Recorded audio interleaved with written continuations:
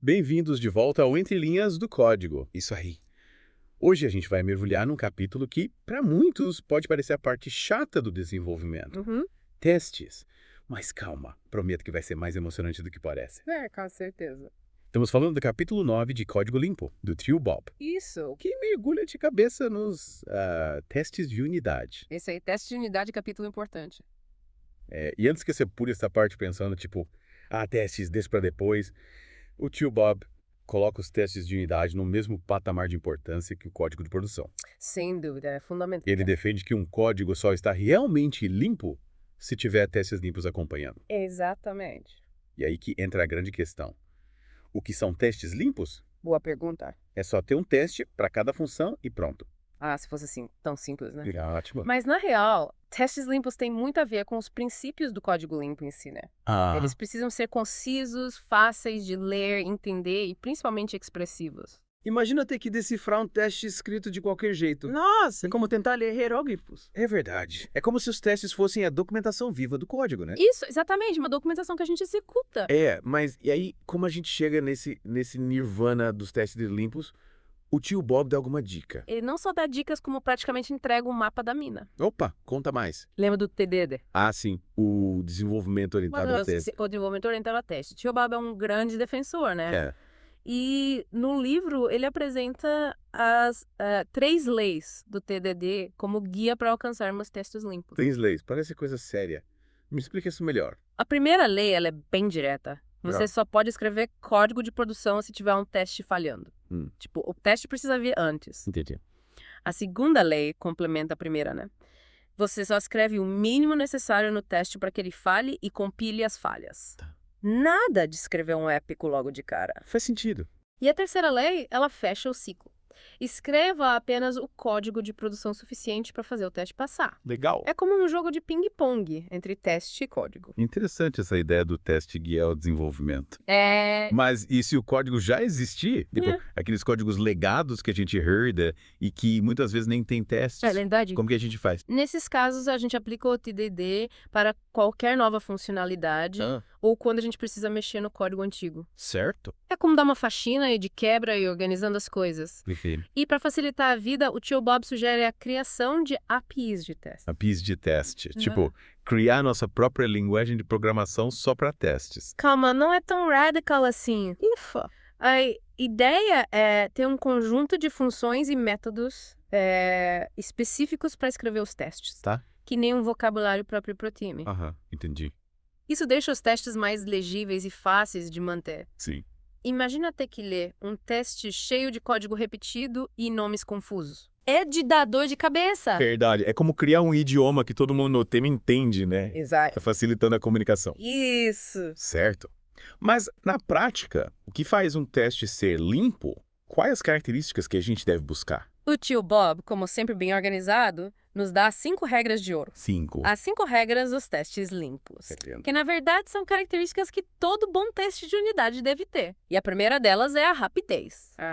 Testes lentos são um pesadelo para qualquer desenvolvedor. Imagina ter que esperar horas para os testes rodarem. Nossa, ninguém merece. Ninguém merece. Tempo é precioso e ficar esperando testes lentos é como ver China secar, né? É verdade. E qual a próxima regra? Independência. Cada teste precisa ser uma ilha, totalmente independente dos outros. A ordem de execução não pode influenciar no resultado. Entendi. É como se cada teste fosse um juiz imparcial que só precisa das evidências do próprio caso para dar o veredito. Faz sentido. Um teste dependente de outro é como um castelo de cartas. Se um cair, leva tudo junto. E a terceira regra? Repetibilidade. Um teste limpo deve se comportar como um robô. Previsível e confiável. Só. Ele precisa dar o mesmo resultado sempre, seja lá onde for executado. Sim.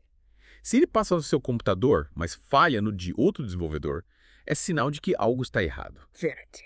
É como uma receita de bolo. Se você seguir os passos direitinho, o resultado tem que ser sempre o mesmo. É como se o teste fosse uma máquina do tempo, né? Sempre voltando ao ponto inicial e garantindo o mesmo resultado. Qual a próxima regra? Autovalidação. Essa parece interessante. O resultado de um teste precisa ser um sim ou não, sem margem para dúvidas. Nada de ficar analisando logs ou arquivos para descobrir se ele passou ou não. Entendi. Imagina um juiz que precisa de um júri para interpretar seu veredito. Nossa, isso é uma bagunça, né? Total. Então o resultado tem que ser booleano.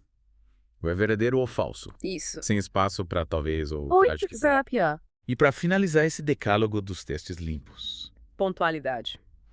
Os testes precisam ser escritos junto com o código de produção, como um casal inseparável. Nada de deixar para depois. É como escrever um diário, né? O ideal é registrar tudo enquanto os acontecimentos estão frescos na memória. Perfeito. Caramba, das 5 regras. É bastante coisa para lembrar. Para decorar tudo isso, precisa de um truque. Que tal um acrônimo? Adoro Tron. FIRST? FT fast, rápido. FIRST independente. S repeatable, repetível. FD self-validating, autovalidável. E TED timely, pontual. FIRST, mandou bem. É mais fácil de lembrar. Que bom. Mas e o oposto? O que torna um teste sujo? É como olhar para um código mal escrito, sabe? Sei. Cheio de duplicações, nomes confusos, lógica complexa, difícil de entender e modificar. Nossa. É como um quarto bagunçado. Você sabe que tem tudo ali, mas é difícil encontrar o que precisa. É verdade. E quais as consequências de ter testes sujos? É só uma questão de estética ou tem impactos reais no projeto? Ter testes sujos é como ter uma bomba relógio no seu código. Uma hora ela vai explodir. Então. Testes sujos dificultam a manutenção e a refatoração do código. Imagina ter que reescrever um monte de testes toda vez que você mexe no código. É um pesadelo. É como tentar consertar um carro com as ferramentas erradas, né? Exatamente. E como a gente foge desse pesadelo dos testes sujos, como criar testes bons de verdade? A gente precisa seguir as 5 regras do Tio Bob e ter em mente a cobertura do código. Certo. Existem ferramentas como o Clover que ajudam a medir a porcentagem do código que está sendo testada. Legal. É como um raio-x do seu código, mostrando as áreas que estão desprotegidas. Entendi. E além da cobertura, tem mais alguma dica para criar bons testes? Escrever testes para todos os comportamentos esperados do código, mesmo que o código original não os atenda. Essa é a beleza do TDD. Os testes guiam o desenvolvimento, levando a um código mais completo e robusto. Legal. É como se os testes fossem um mapa e o código o território. Entendi. E como a gente garante que os testes estão realmente testando o que deveriam? É preciso ter cuidado para não cair na armadilha da duplicação. Certo. Se você tem vários testes repetindo a mesma lógica, é sinal de que algo está errado. Isso aí? É como ter várias cópias da mesma chave. Você só precisa de uma para abrir a porta. Verdade. A gente precisa buscar a essência do que está sendo testado e escrever testes que sejam concisos e expressivos. Menos a mais. Faz sentido. Mas e se a gente tiver um código legado cheio de duplicações e gambiarras? Como que a gente começa a escrever testes para essa bagunça? É um passo de cada vez. A gente pode usar o exemplo da refatoração da classe Serial Date. Isso aí. Que o tio Bob mostra no apêndice B do livro. Ele pega um código cheio de problemas e vai limpando aos poucos, escrevendo testes para garantir que nada se quebre no processo. Certo. É como reformar uma casa antiga. Você precisa ter cuidado para não derrubar nenhuma parede. Parece um trabalho de arqueólogo, desenterrando o código antigo e restaurando peça por peça. Mas e como a gente sabe se estamos no caminho certo? Como a gente mede a qualidade dos nossos testes? Além da cobertura de código, a gente pode usar nosso bom senso. Um teste bom é aquele que é fácil de entender, modificar e que realmente testa o que deveria. É como um bom livro. Te prende do começo ao fim e te deixa com a sensação de ter aprendido algo novo. Que bonito. Então a gente precisa ser um artesão do código, tanto na produção quanto nos testes. Exatamente. E na prática, como a gente aplica tudo isso? A gente precisa ser um expert em TDD para escrever bons testes. Não precisa ter um diploma em TDD para escrever bons testes. Que alívio! O importante é começar, né? Escreva testes simples que testem a funcionalidade básica do código. Com o tempo, você vai pegando o jeito e escrevendo testes mais complexos e elegantes. Legal. É como aprender a tocar um instrumento. Começa com as notas básicas e vai evoluindo aos poucos. Então é como aprender a cozinhar. Isso. Começa com receitas simples e vai se aventurando em pratos mais elaborados. Mas e se a gente encontrar um bug no código durante a escrita dos testes? Aí que a gente vê a beleza dos testes. Se um teste falha, é sinal de que tem algo errado no código. É verdade. É como um detector de fumaça. Te avisa que tem fogo antes que a casa pegue fogo de verdade. Nossa. E o melhor é que a gente pode corrigir o código e rodar os testes novamente para garantir que o problema foi resolvido. Então os testes são como um anjo da guarda do nosso código, né? Exatamente. Protegendo a gente de bugs e garantindo a qualidade do software. É. Mas, e se a gente tiver um prazo apertado? Vale a pena investir tempo escrevendo testes? Essa é a clássica pergunta que todo programador já se fez, né? E a resposta é: sempre vale a pena investir em testes. Sério. Pode parecer que escrever testes atrasa o desenvolvimento, mas na verdade eles economizam um tempo a longo prazo. Imagina ter que corrigir um bug em produção porque você não testou o código direito. Nossa. É como ter que apagar um incêndio depois que a floresta já virou cinza. Verdade. É melhor prevenir do que remediar. Com certeza! Mas e como a gente convence o chefe de que escrever testes é importante? Mostra pra ele os benefícios. Quais? Testes ajudam a reduzir o número de bugs, Aham. facilitam a manutenção do código Certo? e garantem que o software funcione como esperado. Sim, E no final das contas, isso se traduz em economia de tempo e dinheiro. verdade. É como investir num bom seguro. Hum. Você paga um pouco agora para evitar uma dor de cabeça gigante no futuro. Faz sentido. Então, testes são um investimento que traz retorno garantido. Exatamente. Ora, e como a gente garante que os testes continuem funcionando ao longo do tempo? A gente precisa manter os testes atualizados. Certo. Toda vez que a gente mexer no código, precisa rodar os testes e fazer os ajustes necessários. É como cuidar de um jardim. Precisa regar, podar e tirar as ervas daninhas para ele continuar bonito e saudável. Faz sentido. E como a gente organiza os testes? Tem alguma estrutura específica que a gente deve seguir? Existem várias formas de organizar os testes, Aham. mas o importante é que eles sejam fáceis de encontrar e entender. Sim. Uma boa prática é usar um padrão de nomes que indique o que o teste faz. Tá. Por exemplo, teste calcular salário. É como organizar seus livros por gênero. Facilita na hora de encontrar o que você quer ler. Legal, boa dica. E como a gente sabe se um teste está bom o suficiente? Tem alguma métrica que a gente pode usar? Além da cobertura de código, a gente pode usar nosso bom senso e a experiência do time. Tá. Um teste bom é aquele que é fácil de entender, modificar e que realmente testa o que deveria. É como um bom vinho. Melhora com o tempo.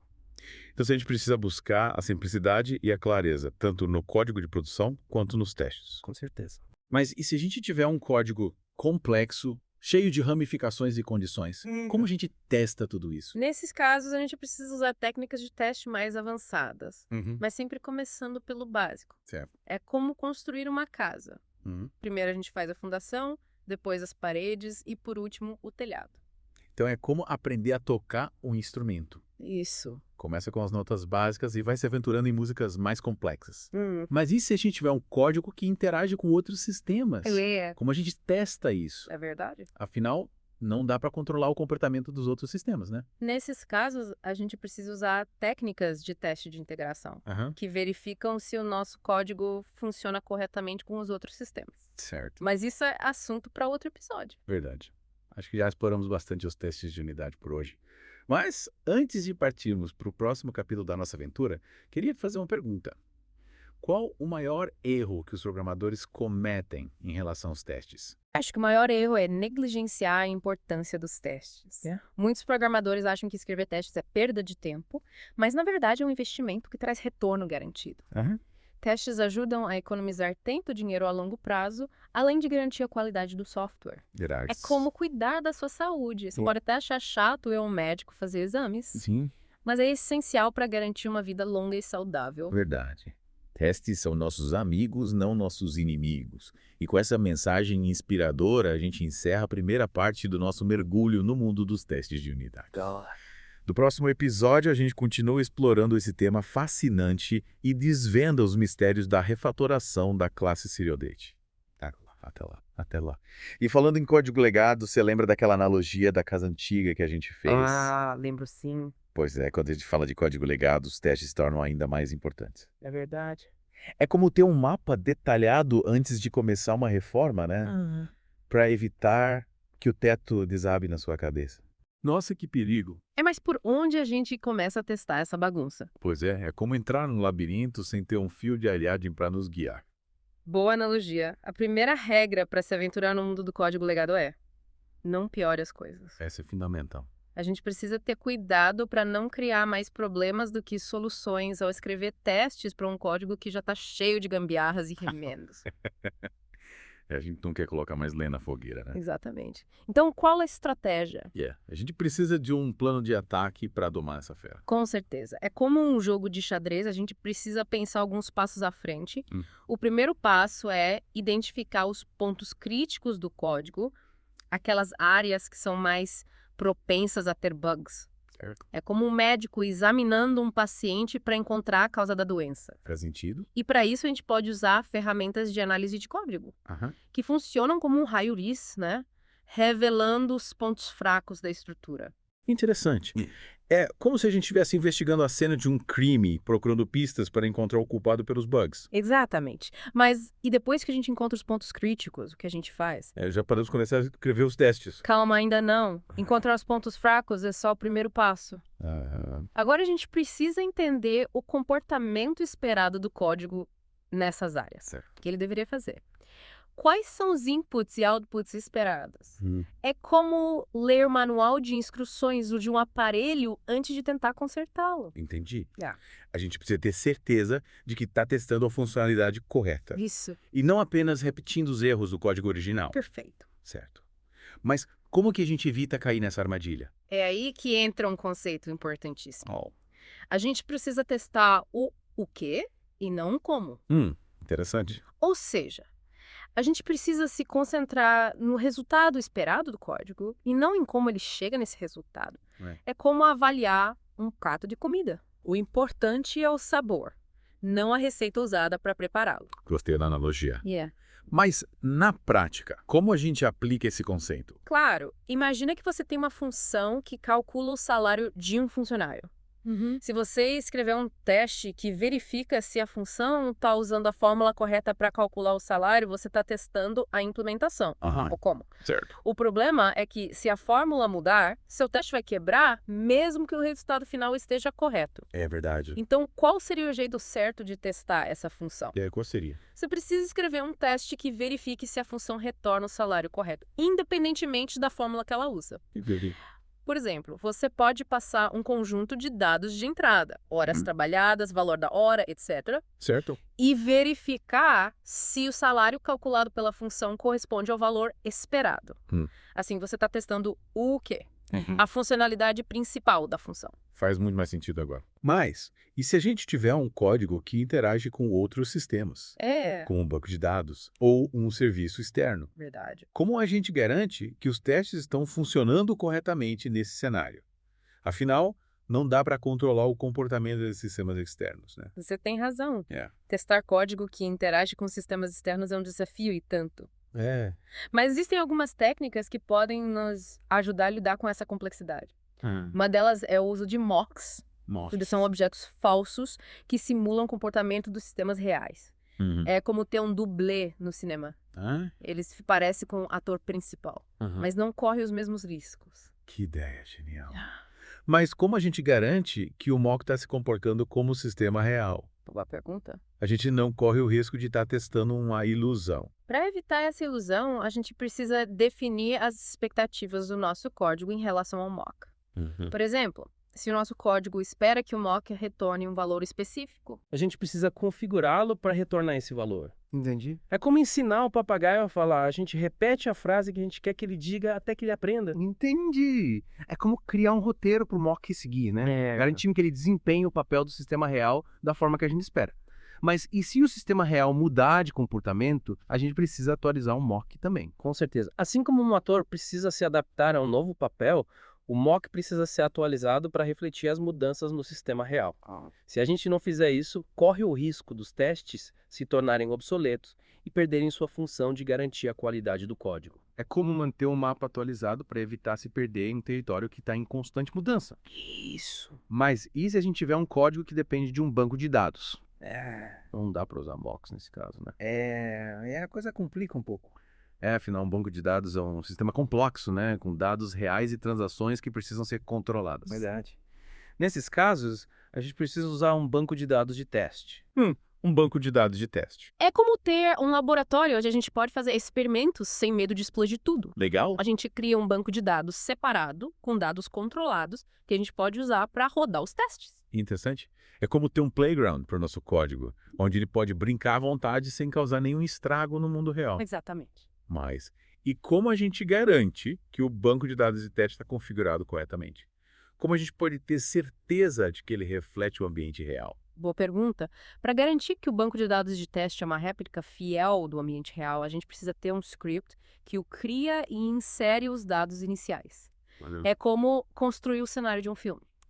A gente precisa ter certeza de que tudo está no lugar certo antes de começar a filmar. Entendi. E esse script precisa ser executado antes de cada teste, garantindo que o banco de dados esteja sempre no estado inicial, pronto para ser usado. É como reiniciar o jogo antes de cada partida, né? Garantindo que todos os jogadores comecem com as mesmas condições. Exatamente.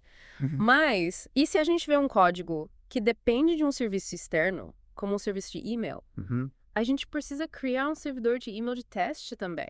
Seria o ideal, né? Criar um servidor de e-mail de teste seria como construir um foguete para ir na padaria. Nossa. Não precisa ir tão longe.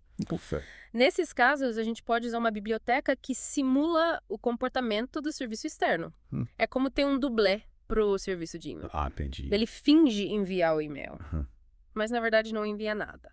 Essa técnica do dublê é realmente versátil. É verdade. Mas como a gente garante que esse dublê está funcionando corretamente, a gente não corre o risco dele esquecer de enviar o e-mail de verdade. Para ter certeza de que o dublê está desempenhando seu papel como maestro, a gente precisa escrever testes para ele também. Sério?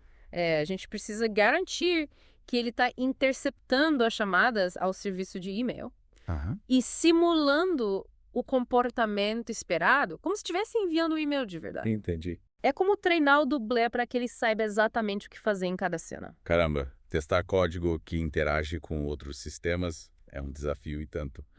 Mas acho que a gente já explorou bastante essa área por hoje. Que tal recapitularmos as principais técnicas que aprendemos? Boa ideia. Vimos que para testar código que interage com outros sistemas, a gente pode usar mocks, bancos de dados de teste e bibliotecas que simulam o comportamento de serviços externos. E a gente precisa ter cuidado para não testar a implementação. Focar no o que e não no como. Isso. E manter os mocks e os bancos de dados de teste atualizados. Verdade. É como cuidar de um jardim. Precisa regar, podar e tirar as ervas daninhas para ele continuar bonito e saudável. Que bela analogia. Mas, antes de passarmos para a próxima parte da nossa aventura, eu queria te fazer uma pergunta. Qual o maior erro que os programadores cometem em relação aos testes de integração? Acho que o maior erro é subestimar a complexidade dos testes de integração. Muitos programadores acham que testar código que interage com outros sistemas é simples, mas na verdade é um processo que exige planejamento, cuidado e atenção aos detalhes. Verdade. É como escalar o Monte Everest. Você precisa se preparar, ter o equipamento certo e estar ciente dos perigos que você vai enfrentar. Verdade. Testes de integração não são brincadeiras de criança, mas acho que com as dicas que a gente aprendeu hoje, estamos mais preparados para enfrentar esse desafio. E com essa dose de coragem, a gente encerra a segunda parte do nosso mergulho no mundo dos testes. No próximo episódio, a gente vai explorar o exemplo da refatoração da classe Serial Date que o tio Bob mostra no apêndice B do livro. Preparem-se para desvendar os segredos de um código legado e ver na prática como aplicar as técnicas de limpeza e teste que a gente aprendeu hoje. Isso aí. E aí, prontos para a última parte da nossa saga pelos testes de unidade.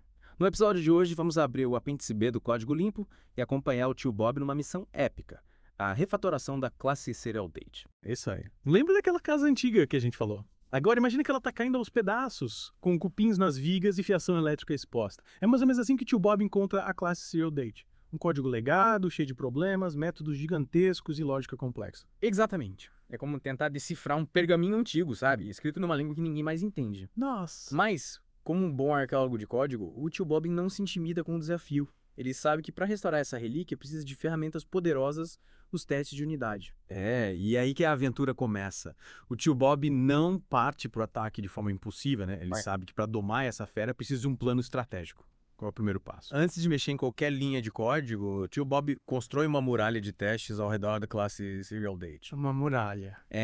Ele quer ter certeza de que durante a reforma, nenhum tijolo vai ser movido sem que os testes soem um alarme. Entendi. É como se ele estivesse criando um mapa detalhado da casa antes de começar a demolição. Isso. Mas como ele decide quais testes escrever? Afinal, testar cada linha de código seria um trabalho hercúleo.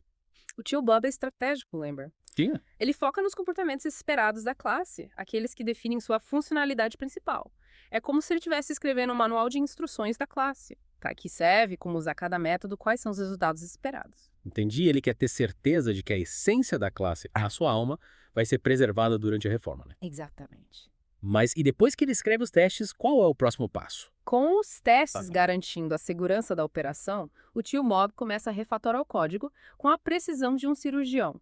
Ele divide métodos gigantescos em partes menores, elimina código duplicado, escolhe nomes mais claros, reorganiza a lógica, como um maestro reorganizando uma orquestra desafinada. É como transformar um Frankenstein num ser humano, né? Dando forma e função a um código que antes era só um amontoado de partes desconexas. E a cada passo ele roda os testes para garantir que nada se quebrou, certo? Exatamente. Os testes são como um anjo da guarda protegendo o código de quebras acidentais. E à medida que o código vai sendo moldado, os testes também evoluem, se tornando mais concisos e expressivos, como um poema que vai sendo lapidado verso a verso. É uma verdadeira sinfonia de código. Mas e se o tio Bob encontrar um bug durante a refatoração? Acontece, né? É como encontrar um tesouro escondido durante uma escavação arqueológica. De certa forma, sim. É um sinal de que a investigação está no caminho certo. E os testes são a bússola que guia o tio Bob nessa expedição. Se um teste falha, ele sabe exatamente onde procurar o problema, como um detetive experiente que segue as pistas deixadas pelo criminoso. Então, os testes são como um escudo que protege o código dos bugs, né? Isso. Mas esse código logado foi muito complexo, cheio de dependências e efeitos colaterais. Como é que a gente lida com essa teia de aranha? Para desvendar essa teia, a gente precisa de ferramentas especiais, os Mock Objects e a Dependency Injection. Essas técnicas nos permitem isolar o código que estamos testando, como se a gente estivesse colocando cada parte do código numa redoma de vidro, sabe? Para analisar individualmente. É como criar um mundo virtual para o nosso código, né? Isso. Onde a gente controla todas as variáveis. Exato. Mas, no final das contas, o que a gente aprendeu com essa saga épica da refatoração da classe SearDate? Aprendemos que refatorar código legado é como restaurar uma obra de arte, exige paciência, técnica e ferramentas adequadas. Os testes de unidade são os pincéis que nos permitem limpar, reestruturar e dar nova vida a um código que parecia perdido. E vimos como o tio Bob usa os testes como um guia, um mapa, que o leva a um código mais limpo, elegante e funcional. Que jornada incrível. Mas, antes de nos despedirmos, queria te fazer uma última pergunta. Qual a principal lição que você tira dessa aventura? A principal lição é que, por mais assustador que um código legado possa parecer, ele pode ser domado com a ajuda dos testes. Os testes são a luz que ilumina o caminho, guiando a gente na jornada para um código mais limpo e confiável. E com essa mensagem inspiradora, chegamos ao fim do nosso mergulho no mundo dos testes de unidade. Esperamos que vocês tenham aprendido, se divertido e principalmente se inspirado a escrever testes limpos e eficazes. É isso aí. Até a próxima, no Entre Linhas do Código.